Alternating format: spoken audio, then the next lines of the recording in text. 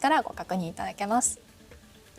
はい、ということで太平洋側にも雪雲一部流れ込んでいるということでお伝えしていきました。はい、大丈夫ですか？大丈夫です。大丈夫。一旦私だけにしても大丈夫。わかります。大丈夫ですよ。大丈夫大丈夫。ちょっとね、くしゃみが出そうに。大丈夫？大丈夫。大丈夫そうということです。どうしようかなと。悩んでたんですね。動きでバレましたね。こういうと遠慮なくおっしゃってください。つなぎますね。遠慮なくおっしゃるも、あの時は多分おっしゃることもできなかった。できずに突っ込まれてしまった。